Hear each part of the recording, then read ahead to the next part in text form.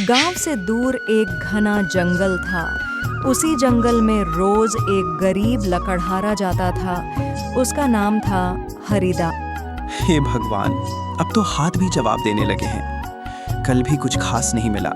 आज बस इतना मिल जाए कि बच्चों को 2 वक्त की रोटी मिल जाए। अरे पुराने दोस्त, तेरी लकड़ी बिकेगी तो शायद आज चूल्हा जल पाएगा। शरीर थक चुका था, लेकिन गरीब आदमी को थकने की छुट्टी नहीं मिलती। बाबा, बाबा। अरे मोहन बेटा, इतनी सुबह जंगल में। माँ कह रही थी आज आटा भी खत्म हो गया है। मेरे बच्चे, तू इतना छोटा है और इतनी बड़ी चिंता।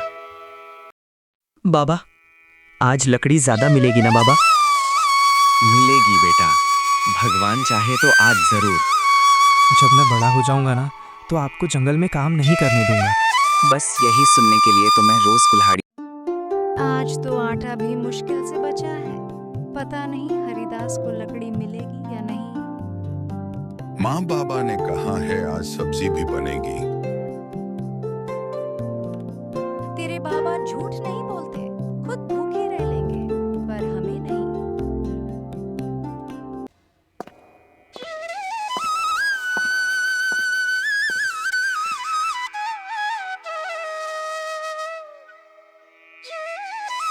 और भाई हरिदास, ये लकड़ी कितने की है? सेठ जी, मेहनत का सही दाम दे दीजिए। सुबह से जंगल में हूँ, दिन भर लकड़ी काटा हूँ, तब इतना हुआ है। इतनी लकड़ी के बस इतने ही पैसे मिलेंगे। ज्यादा बोल मत। लेना है तो ले, नहीं तो किसी और को बेच दे। गरीब हूँ सेठ जी, पर मजबूर नहीं, और झुका हुआ तो बिल्कुल नहीं। मेहनत मजदूरी करता हूँ तो खाता हूँ। हरिदास लकड़ी वापस कंधे पर उठाता है और चुपचाप सेठ के घर से निकल जाता है। हरिदास मान उदास करके लौट जाता है घर के लिए। सीता और उसका बेटा मोहन दोनों घर में बैठे हैं। मोहन उदास है। माँ, मेरा सिर घूम रहा है। माँ, मुझे बहुत चक्कर आ रहा है। मुझे नींद भी आ रहा है। बेटा, तुम्हें तो बहुत तेज बुखार है। बेटा, मैं क्या करूं, तेरे बाबा भी नहीं हैं। तभी हरिदास जंगल लकड़ी काटने गया था, वापस आता है। बेटा, तुम रो मत। मैं बैद जी के पास जाता हूँ, उन्हें बुला के लाता हूँ। मोहन की माँ भी रोने लगती है। शाम हो जाता, हरिदास सेठ जी के यहाँ जाता है मदद मांगने के लिए। सेठ जी, प्रणाम। आज बहुत मजबूरी में आपके दरवाजे आया हूँ। हाँ बोलो, जल्दी बोलो, मेरे पास फुर्सत नहीं है। सेठ जी, मेरा बेटा मोहन बहुत बीमार है। तेज बुखार उतर ही नहीं रहा। दवा के लिए थोड़े पैसे उधार चाहिए थे। अरे अरे, तुम गरीब लोग का यही नाटक है रोज का। यहाँ धर्मशाला नहीं खोला, जाओ यहाँ से। बेचारा हरिदास के आंख से आंख सुबह जाते हैं। सेठ जी, मजदूरी करके एक एक पैसा लौटा दूंगा, बस बच्चे की जान बच जाए। सेठ जी डांट कर हरिदास को भगा देते हैं और बोलते हैं, कभी मत आना तुम गरीब लोग। मोहन जंगल में बैठा है, सोच रहा है, पैसा कहाँ से लाऊं, बेटा का इलाज कैसे कराऊं। भगवान, पैसा नहीं तो चलेगा, पर अगर मेरा बेटा चला गया तो मैं किसके लिए जीऊंगा। तभी एक बाबा आते हैं जो हरिदास को जानते थे। एक ऐसा आदमी जो बहुत अमीर था और फिर बहुत गरीब हो गया। कौन है आप? क्या तुम जानते हो तुम कौन हो? एक गरीब लकड़हारा। नहीं, तुम धर्मदास सेठ के खोए हुए बेटे हो। ये मजाक है ना बाबा? अगर मजाक होता तो मैं तुम्हारी माँ का नाम सीता क्यों जानता? तो मैं सारी जिंदगी झूठ जीता रहा। नहीं बेटा, तुमने जिंदगी की सबसे सच्ची पढ़ाई की है, गरीबी की। तुम्हारे पिता तुम्हें ढूंढते ढूंढते मर गए।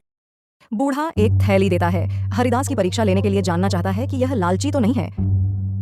आज तुम सच में मेरे दोस्त के बेटे साबित हुए। इसमें सोने की मोहर है, इसे लेकर भाग जाओ, कोई तुम्हें नहीं रोकेगा। अगर अमीर बनने के लिए मुझे अपने लोगों को छोड़ना पड़े तो मैं गरीब ही ठीक हूँ। हरिदास की अतीत की बात ताज़ा हो जाता है। हरिदास बहुत उदास होता है। दवा बाहर शहर से आएगी। आज रात नहीं मिली तो मुश्किल है। हमारे पास तो किराया भी नहीं, तो दवा का पैसा कहाँ से लाऊं? हे भगवान मदद कर। वैद्य जी आप टेंशन ना लीजिए, मैं कुछ भी अपने बेटे को दवा लाऊंगा। आज रात को ही जाऊंगा। हरिदास बाहर निकलता है। बारिश में दौड़ता हरिदास नीचे बैठकर बहुत रोता है। भगवान मेरे बेटे को बचा लो। तभी वही बूढ़े व्यक्ति गाड़ी से आते हैं और बोलते हैं, बेटा चलो दवाई आने अभी समय है। हरिदास और वह बूढ़े व्यक्ति साथ में दोनों दवाई लेकर सुबह में आते हैं। चमत्कार है, लड़का खतरे से बाहर है।